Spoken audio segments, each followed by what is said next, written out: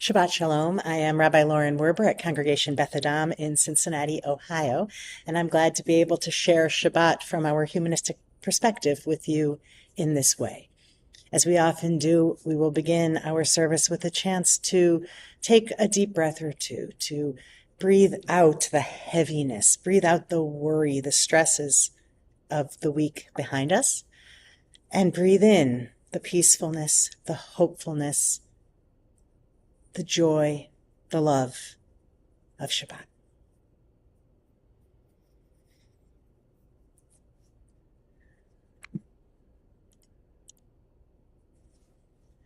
As you know, this Monday we will be celebrating Martin Luther King Day.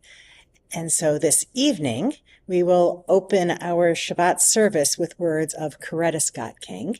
This is, of course, Dr. King's wife, but also an intellectual and a moral voice in her own right. What we'll hear from her is a few lines of her speaking about prayer. We at Beth Adam, of course, understand prayer humanistically. We see prayer, among other things, as an aid to introspection, to reflection, to self-improvement, to gratitude, to inspiration, to connection. As we begin to focus ourselves in prayer, we allow Coretta Scott King to guide our intentions and to inspire us. These are her words. Prayer was a wellspring of strength and inspiration during the civil rights movement. Throughout the movement, we prayed for greater human understanding. We prayed for the safety of our compatriots in the freedom struggle. We prayed for victory in our nonviolent protests, for brotherhood and sisterhood among people of all races, for reconciliation and the fulfillment of the beloved community. For my husband, Martin Luther King Jr., prayer was a daily source of courage and strength that gave him the ability to carry on in even the darkest hours of our struggle. As the King family and others prayed for brotherhood and sisterhood among people of all races, for reconciliation and the fulfillment of the beloved community, so too do we pray for all of us to be able to sit, to dwell, to live together in peace. Hine ma tov, how good it is for all people to sit together.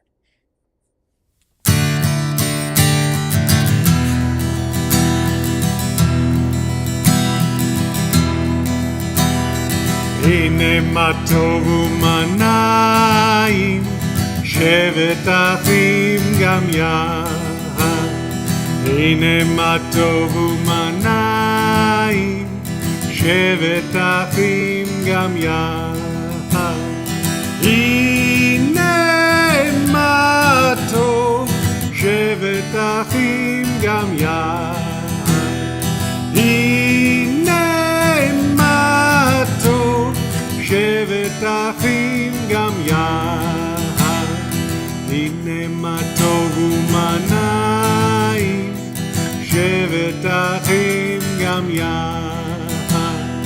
הנה מה טוב ומה נעים, שבת אחים גם יחד.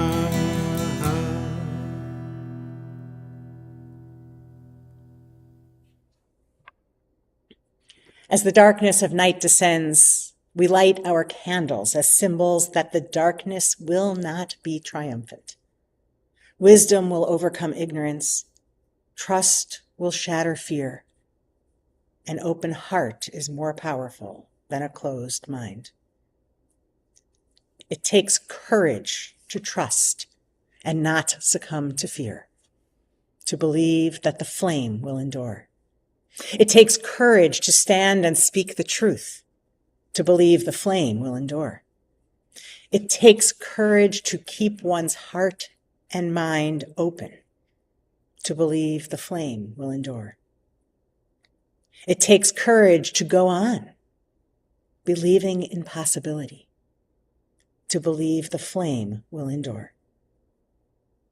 It takes courage to act, for actions affirm our values, we believe the flame will endure.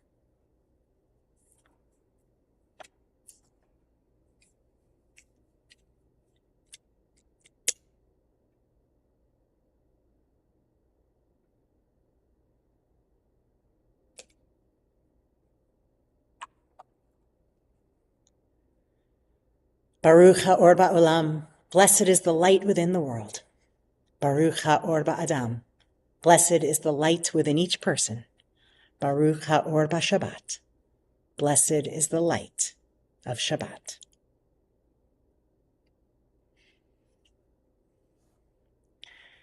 As we gather in this way, we join together with different voices and with shared ideas to celebrate the Sabbath.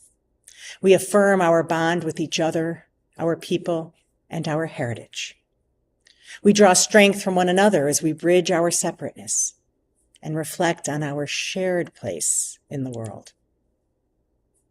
On this Shabbat, we clear our eyes of everyday cares to look beyond ourselves.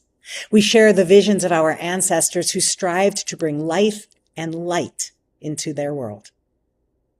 Together we attempt what we cannot do alone. Together we build bridges of strength and beauty to carry us through our daily lives as we step forward to embrace the future. Together we seek a future where all have bridged their separateness and where love has finally prevailed. Hashkivenu benachat ruchenu, we sing. Let us lie down at ease. Let us lie down in peace. Let us all rise up for goodness and spread over us all a shelter of peace. Hashkivenu. Let there be love.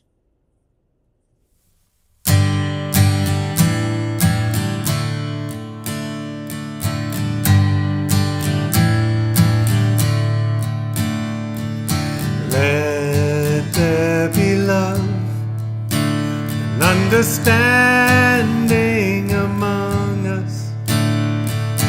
Let peace and friendship be our shelter from life's storms. Let there be love and understanding among us.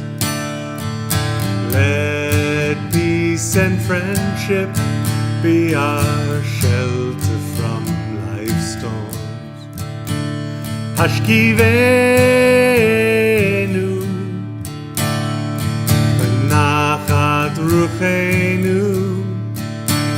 Hashkivenu leshalom.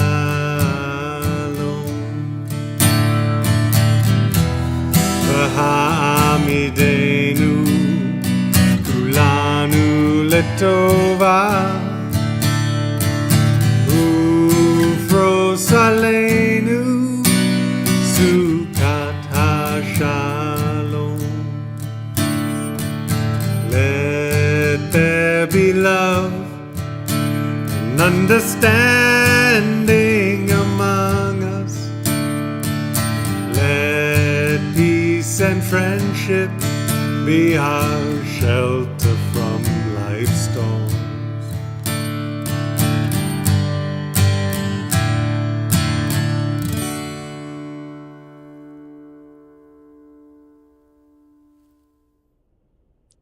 This weekend, as we mark Martin Luther King Jr. Day, we reflect on the struggle for civil rights, on the cost of courage, on the unfinished work of justice. And this year, we do so in the shadow of tremendous sadness. As many of you have heard, less than a month after the tragic attack on Jews on Bondi Beach, hatred has hit a bit closer to home this week. In Jackson, Mississippi, a 19-year-old filled with hate set fire to Beth Israel congregation. Founded in 1860, Beth Israel remains Jackson's only synagogue. The fire completely destroyed the library, including 2 Torah scrolls, as well as several offices. The rest of the building and other Torah scrolls suffered significant damage. I have a soft spot for Beth Israel because I've spent some time getting to know one of its previous rabbis through his sermons. That rabbi is Perry Nussbaum, who served from 1954 to 1973. In honor of Martin Luther King Day, and with our hearts broken and turned toward Jackson, I want to spend a few minutes this evening talking about Mississippi and about Rabbi Nussbaum and sharing some of his words. When Rabbi Nussbaum came to Jackson, Mississippi, he initially tried to stay quiet about civil rights, but he became increasingly vocal, and he eventually even hosted Dr. King at the synagogue. He did so in a hostile climate unlike anywhere else in the country. To give you an idea of how dangerous it was in Mississippi, here's what a Mississippian told a northern lawyer who had come down south. We would lose everything we have if we push too hard for civil rights. Anti-Semitism is always right around the corner. If we said out loud in temple what most of us really think and believe, there just wouldn't be a temple here anymore. This is a dangerous place. We are constantly watched, and we are afraid. A Southern Jewish woman, not necessarily in Mississippi, though maybe, put it even more simply and reflects what Mississippians would have been thinking. She said, "Every time one of you makes a speech, I'm afraid my husband's store will be burned up." Given these realities, it's no surprise that Rabbi Nussbaum's courage came at a cost. In 1967, shortly after the congregation moved to the present location where it was again set on fire, the building was bombed by the Ku Klux Klan, and the library, like this week, was destroyed. Just 2 months later, his home was bombed. The Jewish Telegraphic Agency reported that the bombing virtually wrecked the home of Rabbi Perry E. Nussbaum and nearly cost the rabbi his life.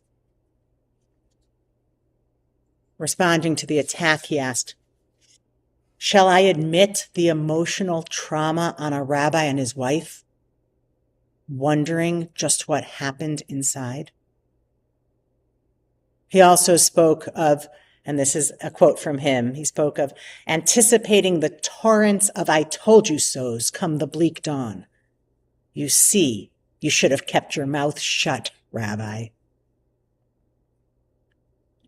And yet, despite the danger, despite the pressure from without and from within, from Jews who feared for their safety, he kept fighting, as did dozens of other Southern rabbis. The reason was simple. Jewish tradition demanded it. In a 1968 sermon, he explained, "The heart of the matter is the Torah and its commandments, especially that explicit commandment, love your neighbor as yourself. No qualifications about race, religion, background, social status, no ifs, whereases, and buts to Jews anywhere on this earth today. Love your neighbor as yourself." After the synagogue bombing, he spoke in Tampa, and he added something quite remarkable. These are his words. "The Jewish problem overnight was metamorphosed into a Negro problem. Race relations, human relations, civil rights, poverty We even had to surrender a long-held monopoly of a word which imaged the problem. Ghetto. It is not ours any longer. The Jewish problem overnight changed, he said, to a problem for the Black community. He said this not out of resentment, but out of empathy. What once defined us now defined our neighbor's suffering. Through it all, he never claimed to be fearless, but he insisted that being a Jew in a society that practices racial terror means choosing conscience over comfort, even over safety. In a society that practices racial terror, we must choose conscience.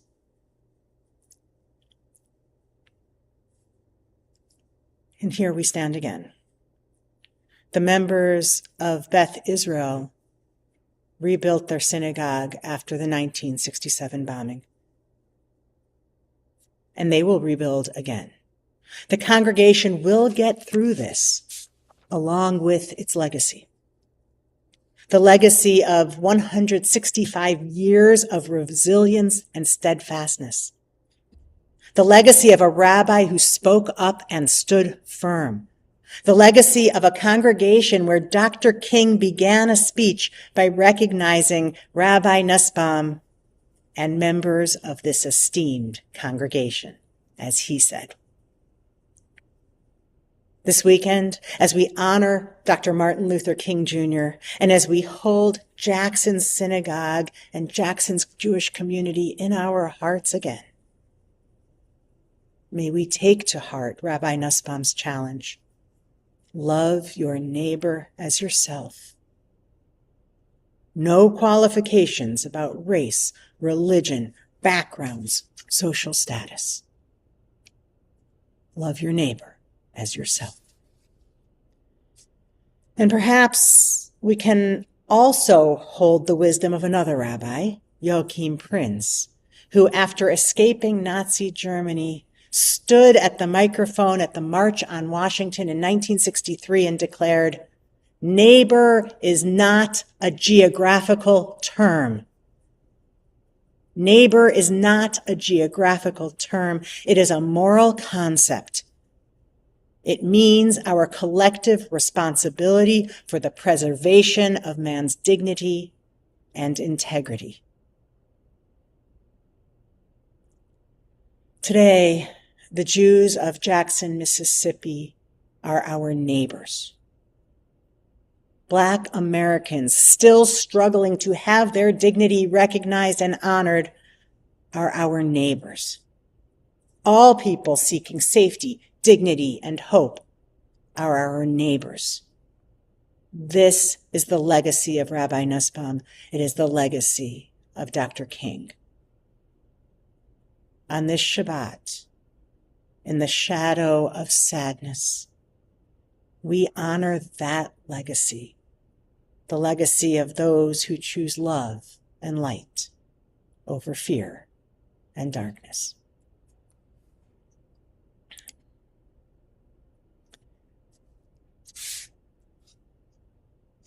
As we remember Dr. King this weekend, as we remember Rabbi Nussbaum, we also remember those we have loved and lost, and we begin with a reflection turning us to them.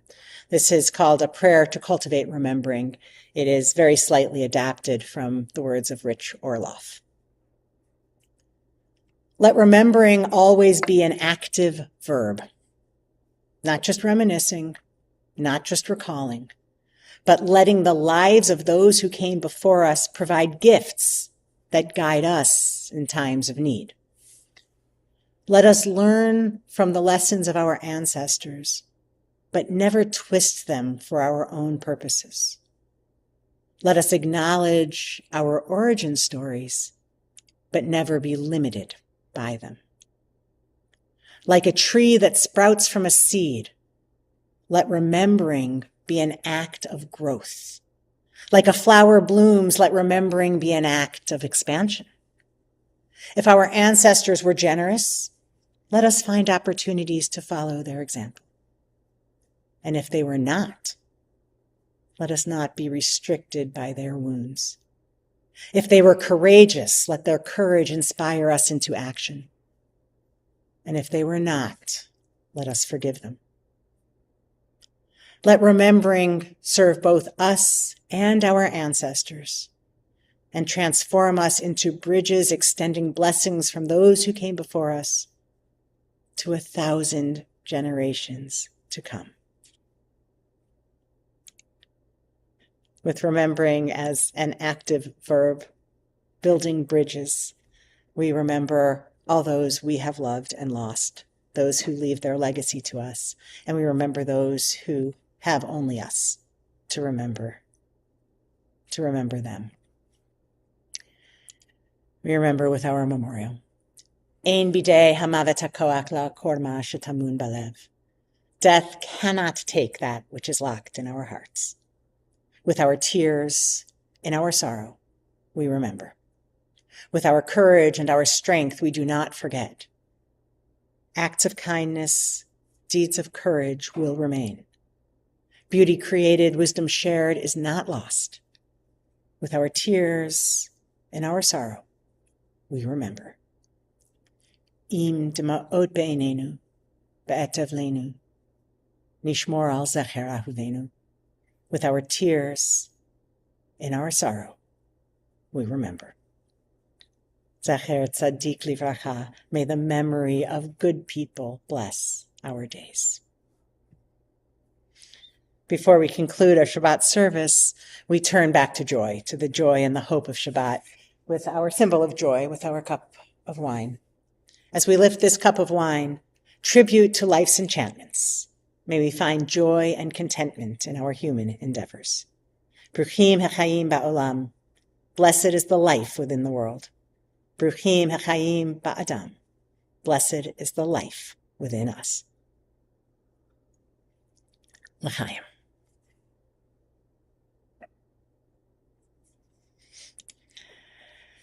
Our closing song comes from words that don't come from Rabbi Nussbaum or from Dr. King, but these words speak to the message they give to us and speak to the moment perhaps that we are in right now. Kol ha'olam kulo gesher tsar ma'od. All of life is a very narrow bridge. V'ha'ikar lo lefached. And the important thing is not to be afraid. Gesher tsar ma'od.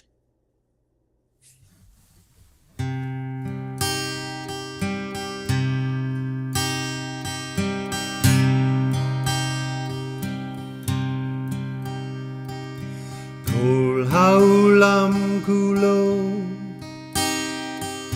gesher tzar ma'od, gesher tzar ma'od, gesher tzar ma'od. Kol ha'olam kulo gesher tzar ma'od, gesher tzar ma'od.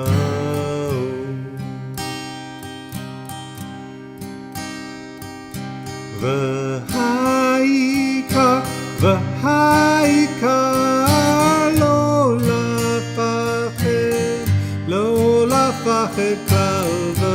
V'ha'ikar, v'ha'ikar, lo lafached klal. V'ha'ikar, v'ha'ikar, lo lafached, lo lafached klal.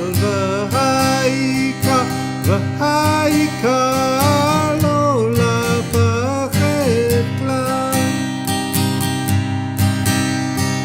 V'ha'ikar, v'ha'ikar, lo lafached, lo lafached klal. V'ha'ikar, v'ha'ikar, lo lafached klal.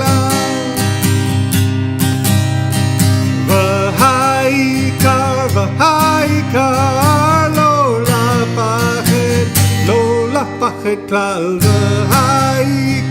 והעיקר לא לפחד כלל.